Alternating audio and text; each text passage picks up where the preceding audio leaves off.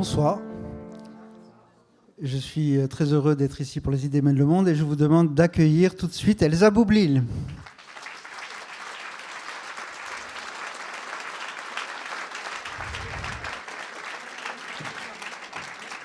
Bonsoir. Bonsoir. Alors, vous êtes fille d'un père tunisien, d'une maman hollandaise. Vous êtes journaliste, connue notamment comme animatrice de plusieurs émissions musicales. À un moment, l'émission très connue de jazz Summertime sur France Inter. Vous êtes aujourd'hui conseillère culture à la mairie de Paris. Et vous avez sorti un premier livre, Body Blues, en 2015, qui n'est pas un roman, mais qui a été essentiel pour vous. On va y revenir. Et vous venez, dans le cadre des Idées mènent le monde, parler ce soir de votre roman, Le temps d'apprendre à vivre, paru chez Plon en 2019. Un roman de l'intime qui explore un secret dans une famille d'origine tunisienne sur 3 générations. Ce qui nous amène au thème des Idées mènent le monde cette année, l'envie de vivre. Alors l'envie de vivre, certes, mais comment vivre en portant un lourd secret. Elsa Boublil, quelle a été votre idée de départ en vous lançant dans ce roman ?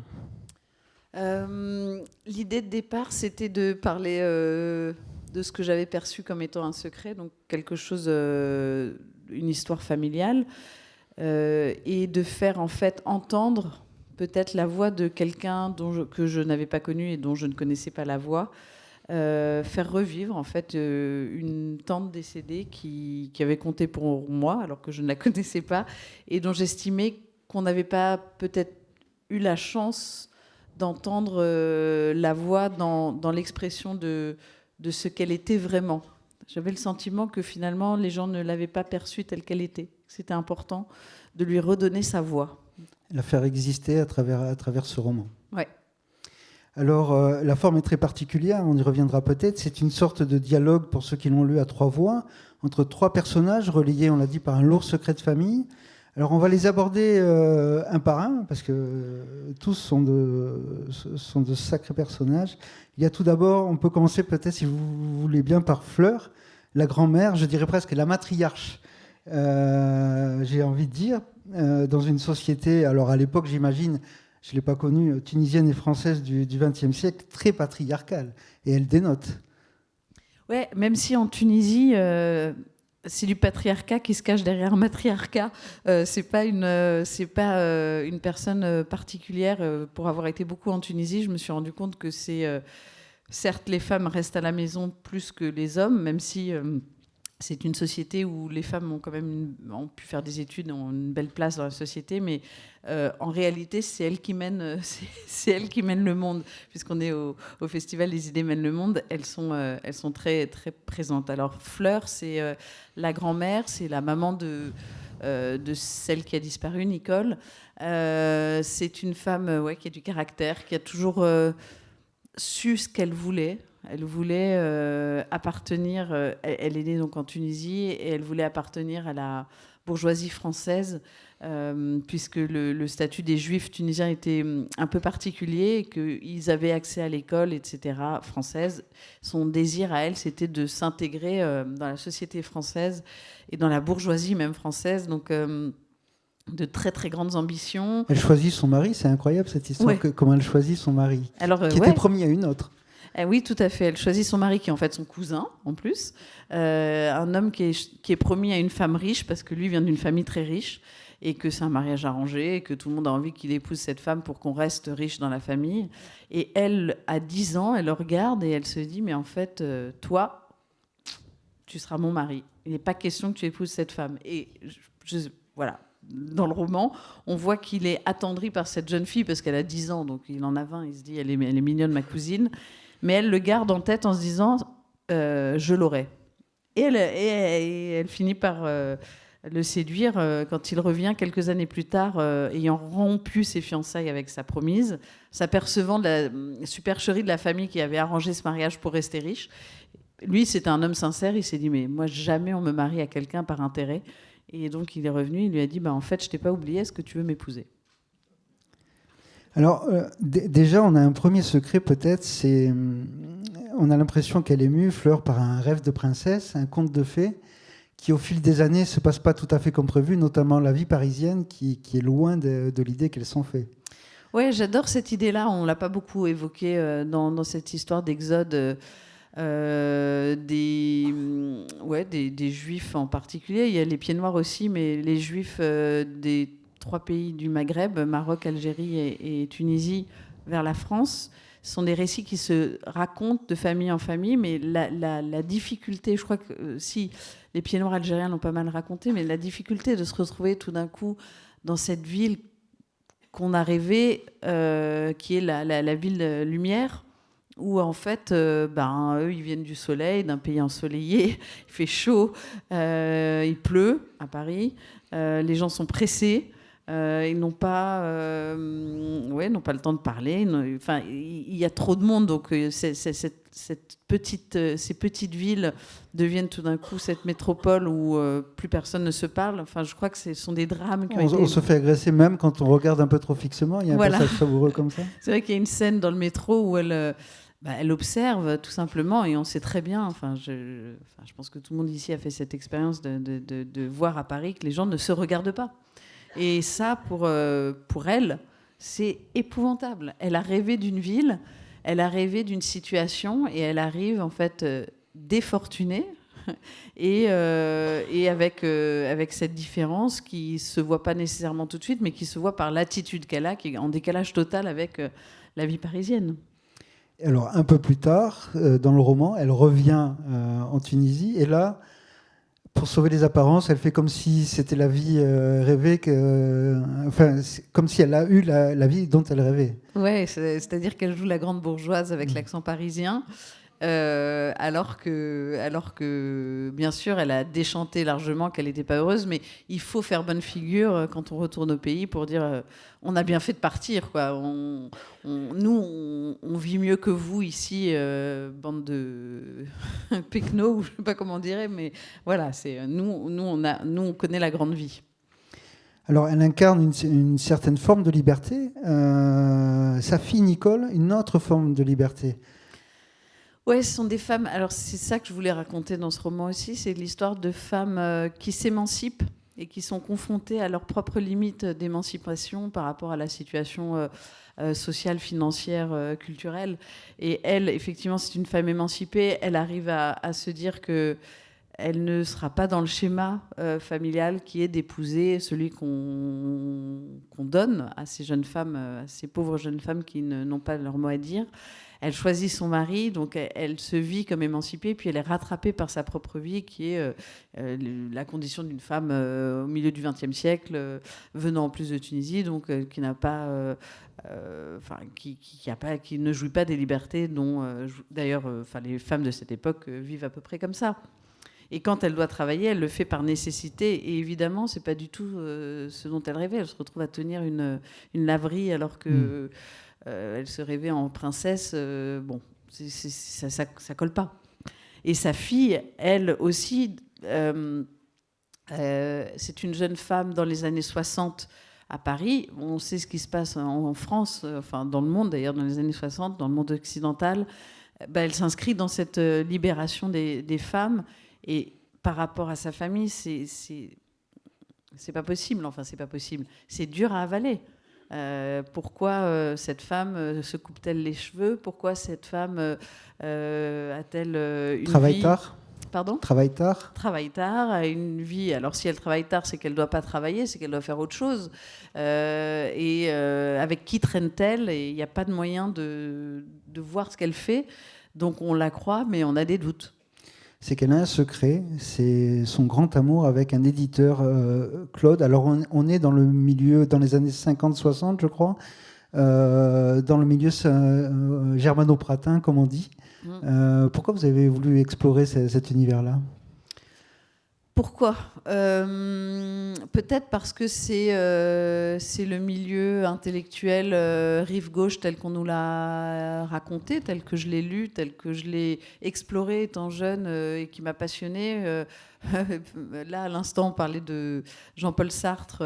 Voilà, c'est Jean-Paul Sartre, c'est Camus, c'est C'est aussi le jazz, c'est aussi... Bon, j'ai une émission de jazz sur France Inter, donc c'est ce monde frétillant où tout le monde, c'est Juliette Gréco, tout le monde se dit peut-être que je peux vivre une autre vie. On la narre, on l'explique, on la décortique.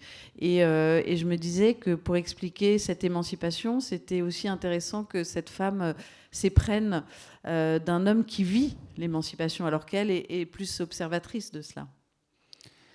Alors son amour pour Claude, c'est un secret qu'il apporte, puis qui petit à petit finit, alors elle aussi par le biais d'une certaine déception, finit par l'étouffer. Oui, parce que lui, justement, Germano Pratin, il porte l'espérance, pareil, d'une vie autre, d'une vie meilleure, de ce pari intellectuel dont on ne fait pas partie parce qu'on ne vient pas de là. Et je pense qu'il est fasciné par la fraîcheur de cette femme, mais il n'est pas à la hauteur du rendez-vous. C'est-à-dire qu'au fond, on se demande il est tombé amoureux d'elle, mais qu'est-ce qui lui plaisait le plus dans cet amour? Est-ce que c'était l'amour de lui-même envers elle ou vraiment un sentiment? En tout cas, il n'est plus au rendez-vous, il n'est pas au rendez-vous. Et cette femme va s'éteindre à mesure que lui disparaît et reprend sa vie comme si rien ne s'était passé. Alors je ne sais pas jusqu'où on peut aller sans dévoiler tout le roman, mais la trajectoire, et c'est là que s'articule, peut-être qu'on peut dire ça, le secret qui lie ces trois générations, la trajectoire de Nicole se termine par un accident de la route tragique qui laisse part à toutes les interprétations. Je pense que c'est là que le silence s'installe dans la famille et que le secret perdure jusqu'à Lila. Oui, en fait, vous me demandiez pourquoi ce roman et pourquoi ici on en parle, l'envie de vivre. C'est la perception d'une confrontation bizarre entre cette envie de vivre de cette Nicole, cet appétit de vivre qui se termine en accident de voiture. On ne sait pas, il n'y a pas d'explication à cet accident de voiture. Ça arrête, je dirais presque l'histoire familiale totalement. Et il y a cette petite Lila qui arrive et qui rapporte la vie, qui remet de la vie dans cette famille sidérée par la disparition d'une personne qui est partie à l'âge de 29 ans, donc beaucoup trop jeune. Et Lila arrive avec ce qu'elle apporte de vie, tout simplement parce que c'est un bébé, on sait tous que ça apporte son lot de joie et de, tout simplement de vie.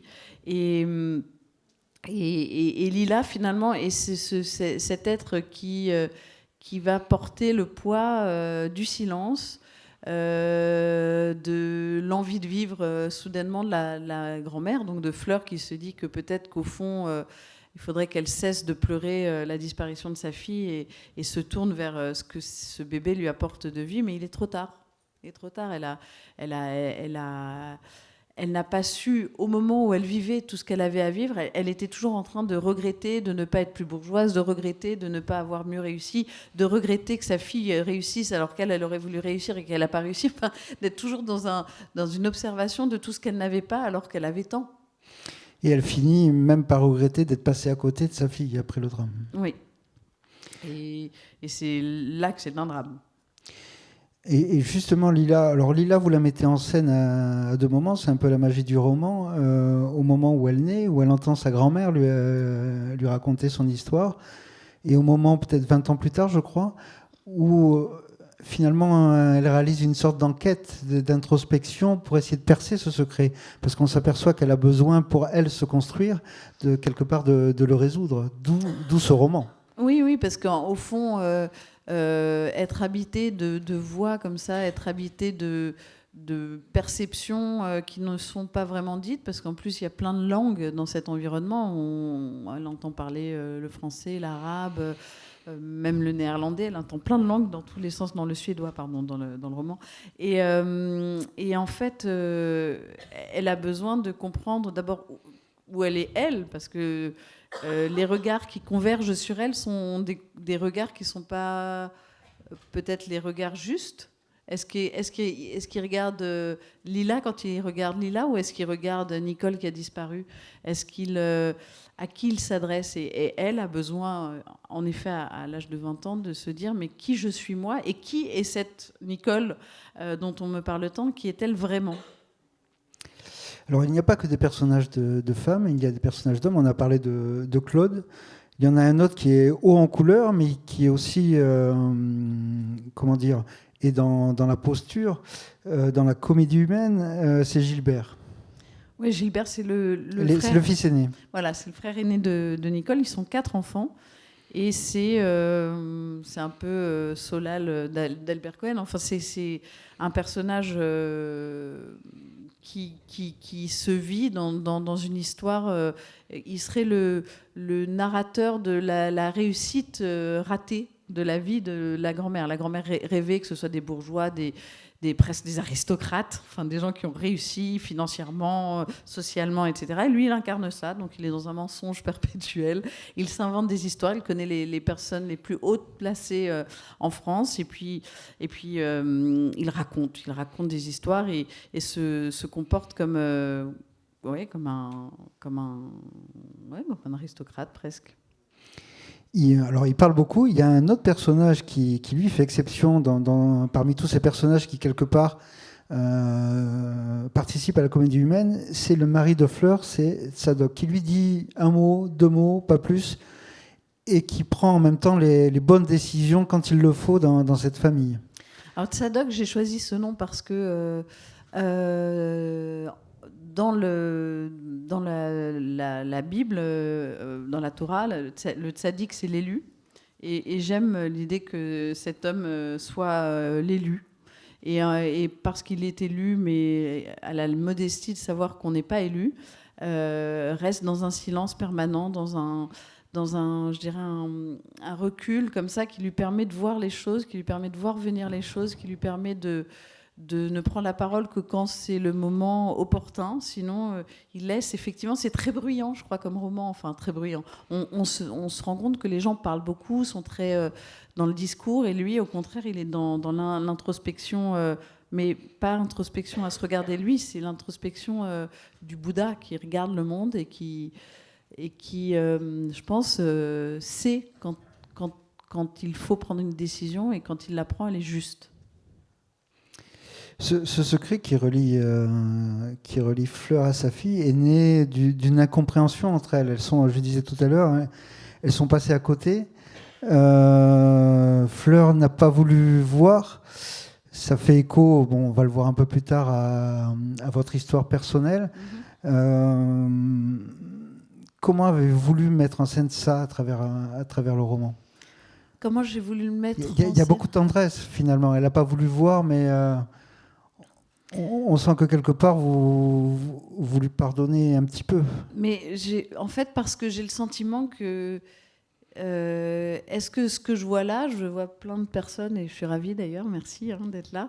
Est-ce que ce que je vois, c'est vraiment ce que je vois, ou ce que l'on voit universellement, ou c'est ce que je vois moi et ce que je perçois moi? Il y a quelque chose dans l'interrogation que j'ai dans mon rapport au monde depuis l'enfance qui est très métaphysique, qui est de me demander si ce que je perçois, ce que je vois et ce que je perçois sont une réalité ou ma réalité. Et donc la tendresse que j'ai envers ces 2 personnes qui ne se sont au fond pas rencontrées, c'est de me dire que peut-être qu'au fond, on se raconte l'histoire qu'on comprend l'autre alors qu'on ne le comprend que dans une portion infime, et on essaie tous de faire le meilleur, le mieux possible. Et c'est déjà beaucoup. Alors après, il y a ceux qui ne font pas d'efforts, mais je pense que face à sa progéniture, on est toujours on fait du mieux qu'on peut. Et on nous reprochera toujours d'avoir mal vu. Et ça, c'est souvent quand il est trop tard. C'est pour ça le titre de ce roman, Le temps d'apprendre à vivre, il est déjà trop tard, tiré du poème d'Aragon. Il n'y a pas d'amour heureux. C'était Aragon, qui est souvent cité d'ailleurs dans ce roman. Ouais. C'est de me dire, au fond, déjà, essayons de nous dire le mieux que l'on peut, ce que l'on a à se dire, même si on se le dit mal, même si on se fait mal en se le disant, au moins on aura gagné ça. c'est l'erreur de ces gens qui ne se parlent pas ou qui parlent trop mais sans se dire ce qu'il y a à se dire, c'est au fond de ne pas voir l'autre tel qu'il est, et même si ça nous déplaît ou même si ça nous dérange, mais au moins de se voir. Oui, et de ne pas parler de leurs secrets finalement. Oui, en fait, de meubler par plein de choses, parce que ce qui les construit, c'est comme si c'était une honte, la honte de son propre désir face au monde, la honte d'avoir envie de croquer la vie. En fait, j'étais interrogée tout à l'heure par une jeune femme pour Radio Campus, et elle posait des très bonnes questions, comme vous. Elle me parlait de la condition d'être femme. Et je me dis que dans ce roman, ces femmes n'ont pas le droit d'avoir des désirs. Donc on n'en parle pas.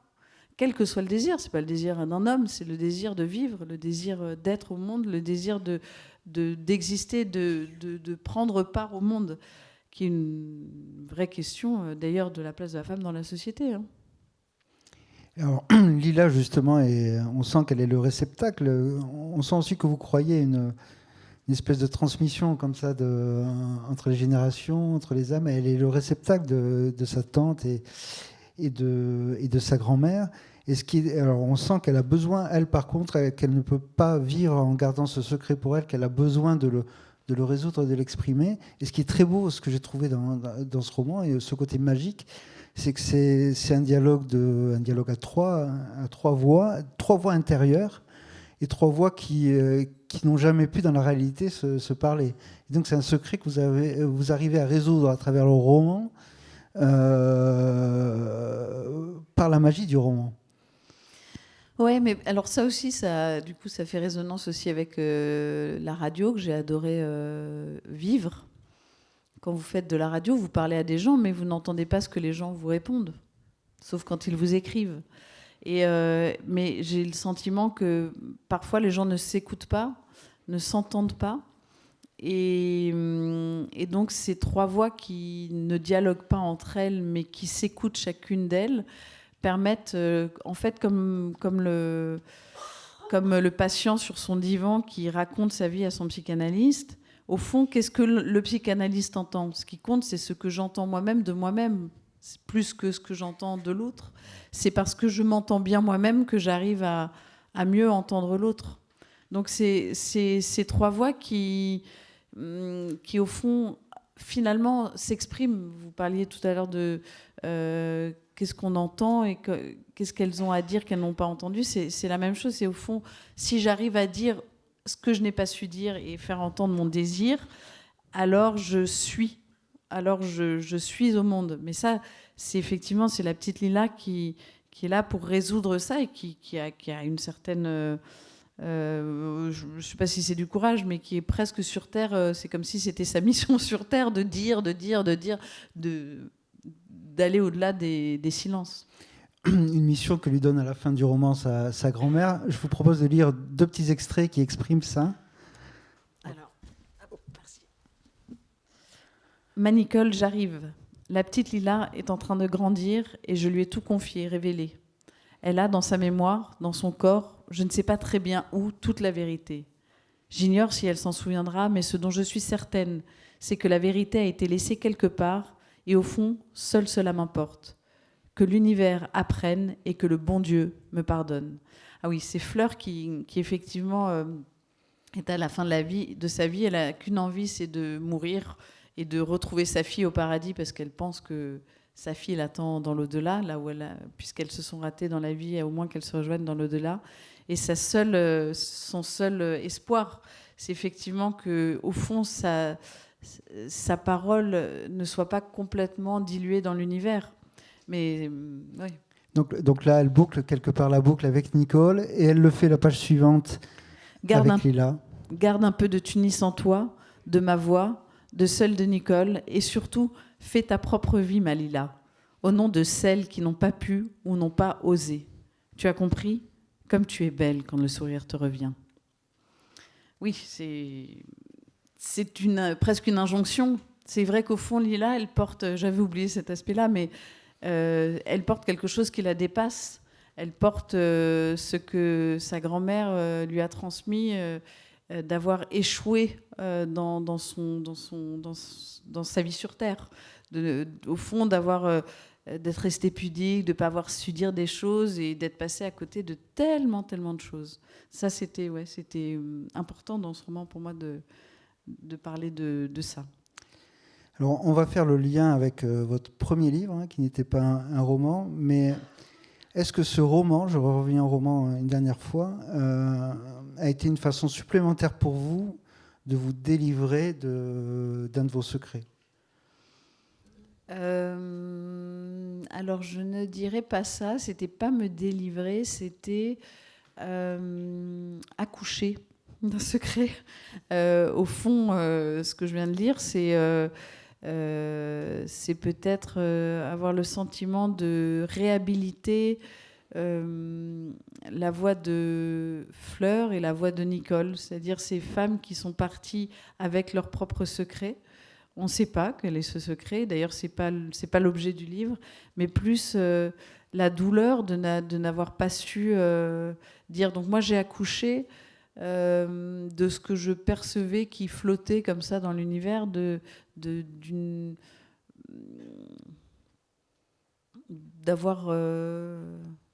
n'avoir pas été complète dans sa vie, quelque chose comme ça. Et donc, oui, c'était important pour moi, mais je vais vous laisser y aller par rapport à Body Blues, mais j'ai le sentiment, ça c'est mon combat, mais j'ai le sentiment qu'au fond, à chaque fois qu'on n'ose pas dire quelque chose, eh ben, on perd un peu de soi. Et donc, c'est dur de dire la vérité, mais quand on l'a dite, qu'est-ce qu'on est mieux au monde ? Alors c'est là qu'on fait le lien avec Body Blues, votre premier livre, qui était un cri avec lequel vous êtes publiquement, alors je ne sais pas si le terme est bon, délesté d'un lourd secret, à savoir les abus sexuels dont vous avez été victime toute petite, à l'âge de 6 ans. Ce cri-là, vous l'avez exprimé en 2015, avant MeToo. Et vous avez mis plus de 30 ans à pouvoir le faire. Oui. Quel regard vous portez là-dessus ? Vous me disiez, on a un peu discuté avant, hier, pour préparer cette rencontre. Vous me disiez qu'à l'époque, ça n'avait pas eu beaucoup d'écho, finalement. Non, parce que la vague MeToo a eu au moins cette vertu folle de non seulement relativiser, pas du tout les abus, mais la fréquence de ces histoires-là. C'est-à-dire qu'au fond, comme ça a toujours été un tabou, les gens n'en parlent pas. Et on ne sait pas que tant de femmes et de jeunes et d'hommes ont été abusés dans leur enfance. Ça reste quelque chose qu'on ne dit pas, parce que si on le dit, on parle de quelque chose de sale. Et donc, si on parle de quelque chose de sale, c'est que l'on est sale et potentiellement non seulement sale, mais fragile. Donc, ça fait beaucoup de choses. C'est-à-dire que non seulement, c'est vraiment la double peine, non seulement vous avez été victime de quelque chose, mais en plus, si vous le dites, on vous reproche, enfin, on ne vous regarde plus de la même manière. C'est ce que je raconte dans Body Blues, c'est qu'avant de rencontrer mon mari, à chaque fois, je testais. C'était presque un test, je disais, et tu sais, j'ai été abusée. Et là, la plupart du temps, c'était demi-tour, merci beaucoup, au revoir, bonne soirée, et c'est terminé. Et ça arrive dans la vie. Après, quand on publie un livre comme ça, on s'aperçoit que les gens ne vous regardent pas de la même manière. Et on m'avait prévenu, on m'a dit attention, tu sais, tu prends un risque. Et comme j'ai ce besoin de dire, peut-être parce que je porte tellement de silence en moi, je me suis dit, tant pis. Et ça m'a coûté très cher. Mais donc la vague MeToo a permis, je trouve, de relativiser. Et aujourd'hui, d'abord, je ne me sentais pas plus fragile, mais je sais que les gens comprennent mieux que ce n'est pas parce que l'on dit ça qu'on est sale ou qu'on est fragile. Bien au contraire. Ça demande du courage et ça demande aussi de ne pas rester dans cet état de victime qui peut parfois aussi enfermer un peu. Parce que du coup, les gens vous regardent. Oh là là, mais il t'est arrivé ça. Oh, ma pauvre. Et je ne voulais pas ça non plus. Donc c'est difficile. Ce livre montre aussi que malgré ce secret, on ne peut pas imaginer plus lourd, on parvient quand même à vivre. Il y a des choses qui vous permettent de construire peu à peu votre vie, même si c'est dur, même si c'est peut-être plus long. Il y a la musique, notamment le jazz. Vous voulez dire un mot là-dessus ? Oui, mais ce que je veux dire surtout, c'est que ce livre était là pour... et c'est pour ça que je me suis caricaturée dans les regards qu'on pouvait porter. Ce livre était là pour dire, en fait, c'est ni ma pauvre, ni t'es sale, mais c'est en fait, je suis. Et dans ce drame qui vous abîme, on peut aussi se relever, on peut aussi le dépasser. On a la cicatrice sur la jambe, elle est grande, elle est visible quand on regarde la cicatrice, ou quand on est un peu à nu, mais elle ne me constitue pas. Et effectivement, la musique, c'est intéressant parce que c'est par la musique que j'ai été abîmée, notamment, et c'est par la musique que je me suis redressée.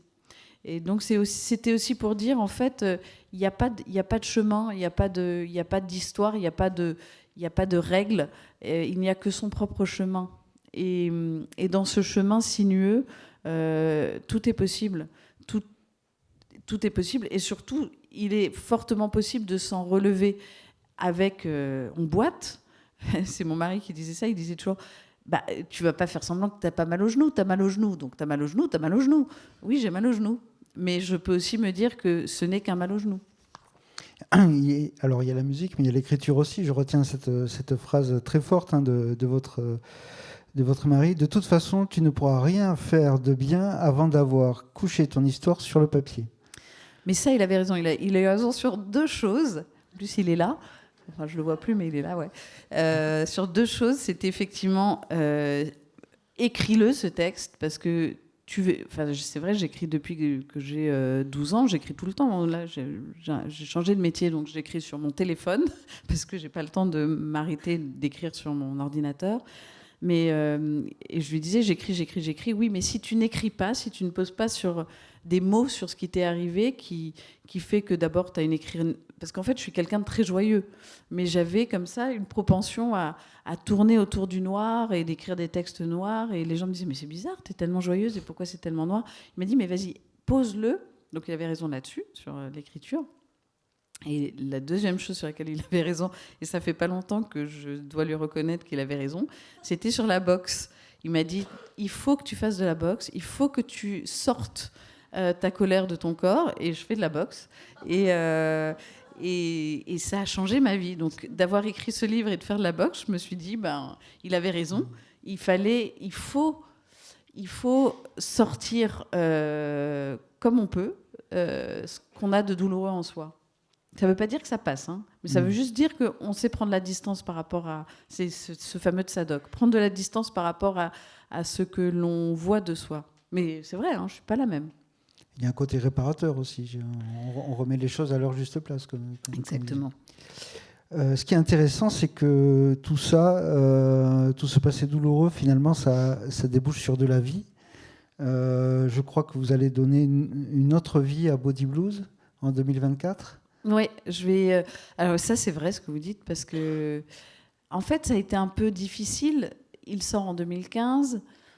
Ça reste encore un peu tabou. Les gens se le passent presque sous le manteau. Franchement, je m'en parle. C'est j'ai lu ton livre, c'est très bien, merci beaucoup. Et puis il y a la vague MeToo. Et quand la vague arrive, ça fait 2 ans qu'il a été publié.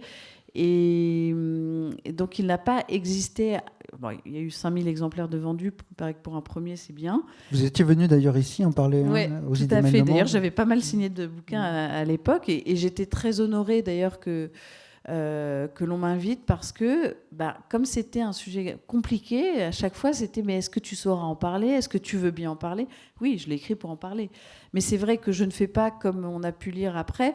Je ne suis pas en train de dénoncer, je ne suis pas en train de raconter des faits. C'est juste, je raconte comment on se relève de ça. Donc c'est pudique en fait. La vérité, c'est que c'est très pudique. Et donc, il y a la vague MeToo, et puis je me dis, c'est dommage. Et là, récemment, j'ai un ami musicien c'est quelqu'un que j'ai rencontré parce que j'avais mon émission de jazz qui s'appelle Yom, avec qui je suis devenue très amie, et qui m'a dit, mais moi, j'aimerais pouvoir jouer sur ce texte. C'est le texte le plus lumineux que j'ai lu. Est-ce que tu veux bien qu'on y travaille ? Donc, en fait, on va monter le spectacle de Body Blues en 2024. notez-le. Et je suis très, très, très, très, très heureuse parce qu'on va le transformer en spectacle avec quelqu'un qui dira, avec lui qui jouera, mais il sera un personnage à part entière, et une actrice qui incarnera les mots, mais là, et une danseuse qui parce que c'est vous qui l'avez lu, vous saurez mieux en parler, mais je crois que c'est très, très vivant comme texte. Oui, c'est un texte incarné. C'est ça qui est quelque part très, très émouvant. Il y a un prochain roman en projet aussi. Alors le sujet est-il secret? Oui, c'est secret, bien sûr. Et ça parle d'un secret, c'est tant qu'à faire. C'est aussi très dans le rapport à la vie. Moi, c'est vrai que grâce à ce festival, je me disais, on écoutait Orsena tout à l'heure, et puis j'y pense tout le temps. Hein. Je pense tout le temps à pourquoi on est là, qu'est-ce qu'on fait là, donner du sens. Et tous les jours, soit en me levant, soit en me couchant, soit pendant la journée, mais je me dis, qu'est-ce que je suis heureuse de vivre ma vie. Et vraiment, et depuis que je suis arrivée ici, je me dis, c'est important de penser à cette envie de vivre, comment on incarne cette envie de vivre, comment est-ce qu'on poursuit cette envie de vivre malgré tout ce qu'on traverse tous au quotidien. Et finalement, chacun à notre manière, il faut qu'on se dise qu'on a réussi à être bien loti par rapport à soi. Et donc le prochain roman, c'est aussi un roman d'une rencontre qui va augmenter l'envie de vivre, qui va augmenter le rapport à la vie et qui va conduire à la découverte d'un secret. J'adore les secrets, j'ai l'impression. Oui. Merci beaucoup. Il est temps de passer aux questions, je crois. Est-ce qu'il y a des micros qui sont prêts? Est-ce qu'il y a des personnes qui veulent poser des questions? Parler de secret, c'est compliqué, mais j'espère qu'il y a des questions quand même. Je crois qu'il y a une dame là-bas. Il y a une dame là-bas? Non? Ah non. Non, c'est pas vous. Alors, bon, écoutez. Bon, merci beaucoup. Hein. Merci. Merci.